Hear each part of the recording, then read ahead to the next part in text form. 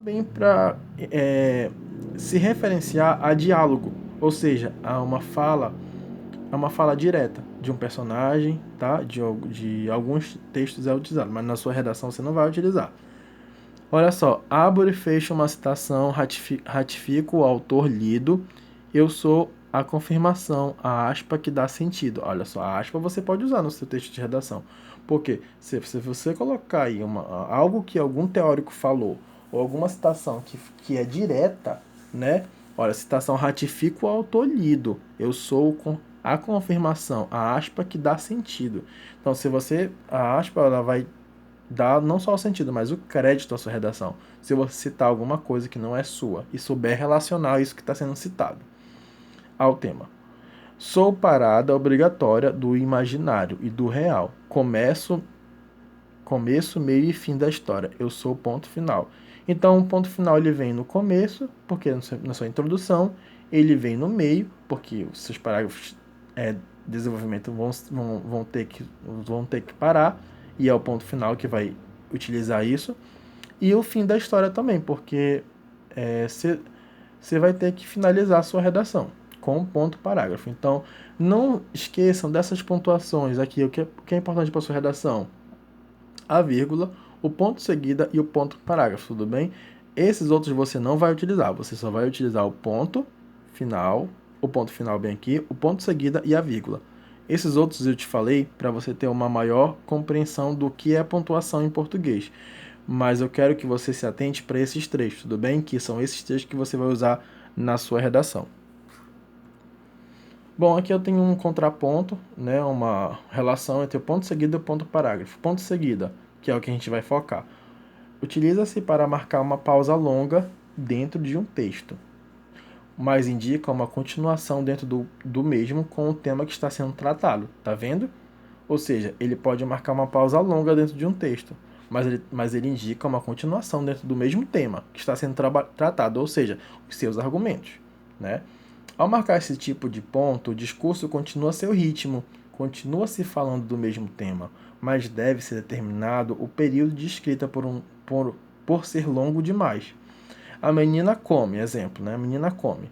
Quando vai à casa de seus avós, come muito mais. Então, assim, ele fez a pontuação de um período aí, por quê? Primeiro, que ele tem uma oração completa, a menina come, dá para entender.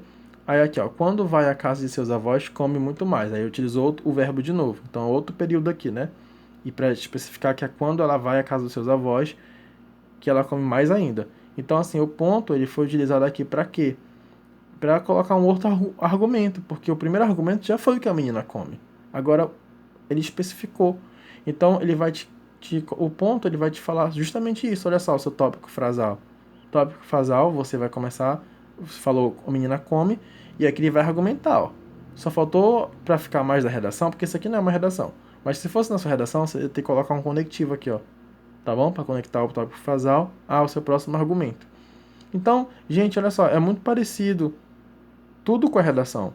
Então a redação ela não é esse bicho sete cabeças que todo mundo vê. A redação é um texto. E as pessoas morrem de medo de estudar isso, mas não. É a mesma coisa. As regras são as mesmas, tudo bem? Um ponto parágrafo, bora lá. É utilizado para fazer uma pausa marcada a nível oral e sintático. Porque no texto que continua, começará a tratar-se de algo novo ou diferente. Então, olha só, o seu ponto parágrafo vai falar o quê?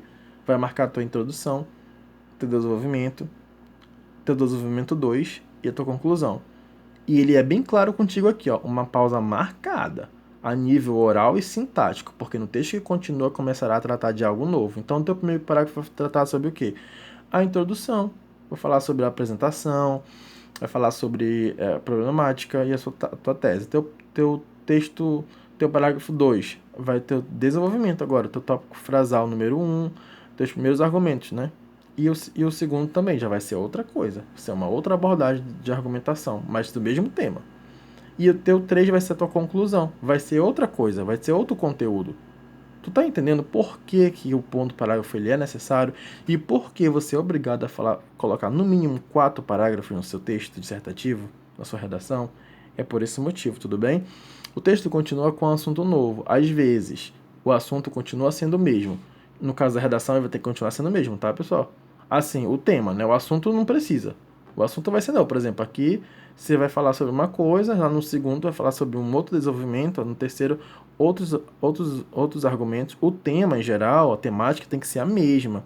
Agora, os assuntos não podem ser o mesmo, porque senão você vai ficar repetitivo e redundante. Lembra lá que eu falei?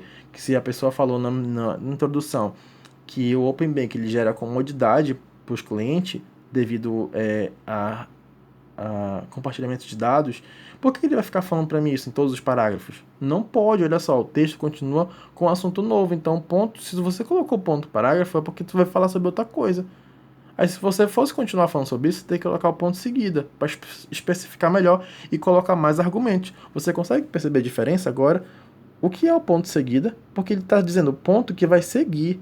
Se você diz um ponto parágrafo, um ponto final, você vai falar sobre outra argumentação.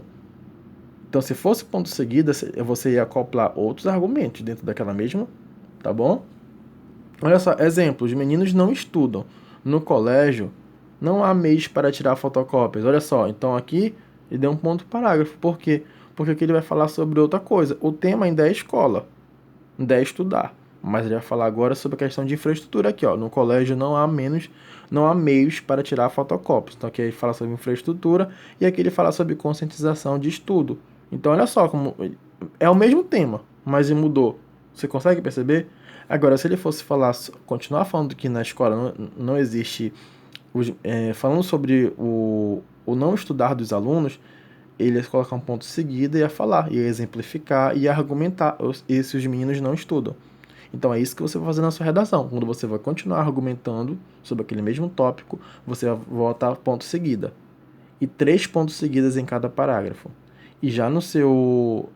se eu vou passar para outro parágrafo, você vai mudar a abordagem, tudo bem? Bom, agora sobre o uso da vírgula, só para a gente fechar. O uso da vírgula, 3 regras básicas, né? Vamos começar pelo básico, depois a gente afunila. Olha só, 3 regras básicas para não errar. Não separe o sujeito do verbo. Olha só, eu, vírgula, irei muito bem na prova. Tá errado. Eu, olha só, estou, vírgula, mantendo o foco nesta reta final. Mantendo, vírgula, o foco nesta reta final. Não existe vírgula nesses períodos, pessoal. Olha só, estou mantendo o verbo diretamente com o pronome, não se separa. Mantendo o foco, não se separa aqui, ó, mantendo o foco. Tá? Olha só, assinalar vocativo. Posso ajudar o senhor? Aí aqui já pode, ele evoca, tá? Olha só, senhor, posso ajudar? Aqui não teve, né? Posso, senhor, ajudar? Então, você percebe que com a vírgula fica melhor. Posso ajudar, senhor? Né? Olha só, vírgula, com a conjunção pois. Então, a vírgula vem antes de conjunção. Olha só, ele dança muito bem. Ele dança muito bem. Será, pois, dançarino de axé. Ele dança muito bem, vírgula, pois é dançarino profissional. Então, você precisa colocar a vírgula antes das conjunções, tudo bem? Olha só, ao escrever, a vírgula não pode ser usada entre o sujeito e logo após o seu verbo. Como eu falei lá, né? Não pode. Eu vejo muito na redação de vocês, tá? Aí coloca lá assim, o Brasil, vírgula, enfrenta problemas na infraestrutura das cidades. Pelo amor de Deus, pessoal, não faça uma coisa dessa. Colocar o sujeito, aí vírgula e colocar o verbo. Não pode em hipótese alguma. Separar o sujeito da ação que vai acontecer com ele. Olha só, a vírgula não pode ser usada entre o verbo e logo após o seu complemento. Objeto direto e objeto indireto. Também tem a questão do objeto direto, né? Em forma de oração, inclusive. O predicado do sujeito. Se separar o sujeito do predicado não pode, né? Olha só, a vírgula 3. A vírgula não pode ser usada entre um substantivo e o seu complemento nominal ou adjunto adnominal. Você não pode separar o substantivo e o sujeito por nada, por vírgula, tá? Então esquece de separar esse substantivo.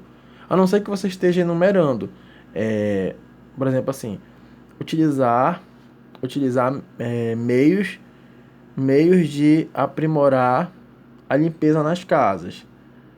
Como? Aí você vai exemplificar.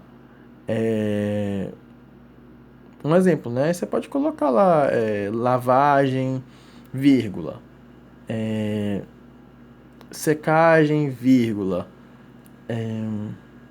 Aí você coloca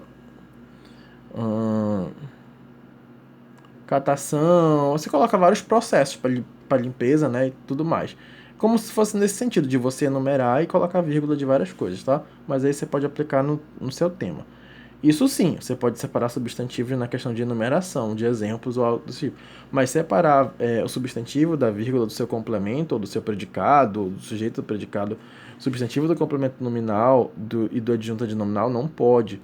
A vírgula não pode ser usada entre a locução verbal de voz passiva e o agente da passiva. Bom, isso aqui, como é mais sintático, não vai ser muito bem proveitoso para a gente, porque teríamos que ver uma videoaula sobre a questão de erros da sintaxe, né?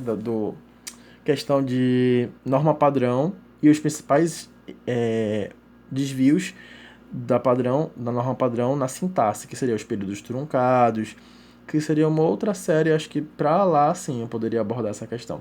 Mas a vírgula é facultativa entre o complemento de um verbo e logo após um adjunto adverbial. Isso aqui eu também vou deixar para a parte de sintaxe, tá? E nossa aula acaba agora, então as 3 regras básicas é essa: não separar o sujeito do predicado, né? Assinalar o vocativo e a vírgula antes de conjunção, tá? E também a vírgula depois das... Na verdade, gente, vírgula vem antes da conjunção, no meio de oração, tá? Eu vou colocar isso aqui porque é um erro muito presente. Eu vou até anotar aqui, olha só. Vocês começam assim, ó. Portanto, aí se faz necessário. Aí não coloca a vírgula aqui, ó, no início. Tá vendo? Você precisa colocar a vírgula antes. Quando vai iniciar seu parágrafo, portanto, vírgula, aí continua, tá? Aí você faz aqui, por exemplo, nesse sentido, vírgula, no parágrafo de desenvolvimento. Sempre que for começar o parágrafo e tiver, sempre tem que ter um conectivo para fazer a conexão entre os parágrafos. Um parágrafo está conectado ao outro, né? Então você vai precisar colocar um conectivo. Depois do conectivo, vírgula, aí coloca o seu tópico frasal. Não deixe de colocar vírgula depois do primeiro conectivo que vai iniciar o seu parágrafo. E também é importante colocar a vírgula após o... Sempre que for iniciar um novo período ou um novo parágrafo, tem que iniciar com um conectivo, é obrigatório, e colocar a vírgula depois dele. E quando o conectivo vem no meio da frase, por exemplo, pois, tem que colocar vírgula antes, tá? Ou então mais, vírgula, mais tal coisa, aí sim, entendeu?